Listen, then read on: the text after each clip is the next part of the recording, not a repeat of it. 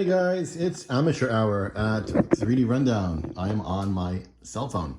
I wanted to show you some of the fun stuff I've got here waiting for recording. This here, for example, is a new cooling duct for the bamboo. It's supposed to create a tornado of air. So that looks pretty darn neat. And these guys sent me Hotends as well. They look really nice. They're red.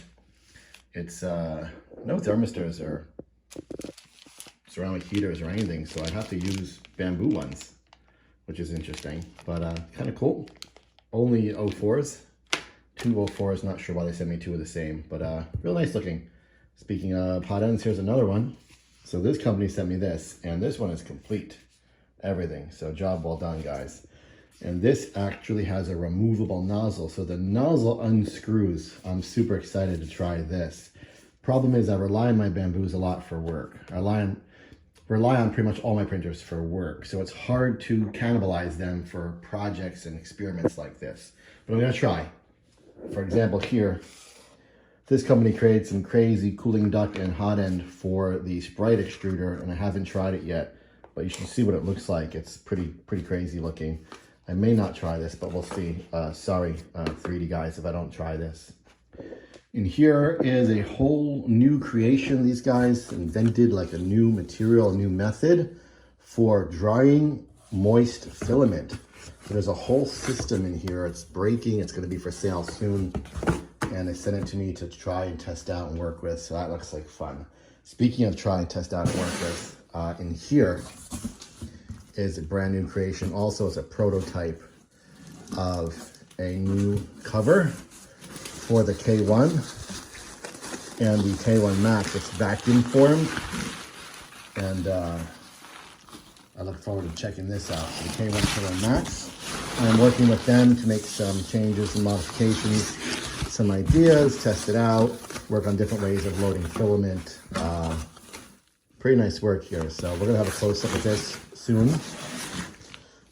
Here I've got enclosures from Upi. One of these is really darn big, like 5+ size. The labeling doesn't seem to specify which is the big one and which is the small one, but one of these is really huge and one of these is smaller. So maybe this is the bigger one because of the longer box. I don't know, but it's supposed to fit my 5+. That's exciting. I do have new machines to add to 3D Rundown, and I will also add stuff to YouTube. This is the Cobra Max, the Anycubic. If you go on the Anycubic group for Cobra Max, holy cow, it is so toxic and everyone just hates this thing. So I'm gonna try to work with it a little bit and see if we can get it doing better things and help some people out. First thing we are gonna do is replace the extruder with a new one. I have a new one here somewhere. Can't find it, but it's here, I promise. Down here, there it is. There it is.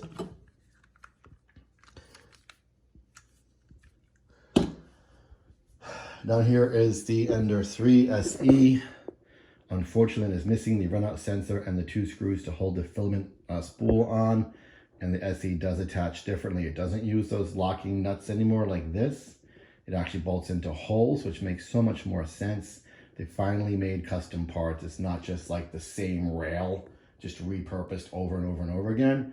So Creality has really stepped up their game with the new Ender 3s. So I'll figure something out.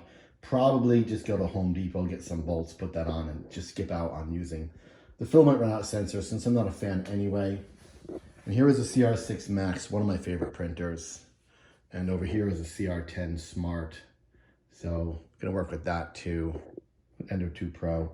We got some fun new toys to play with, and there's a lot more than this. So I will do my best to shoot what I can and share all this fun stuff with you guys. Stay tuned.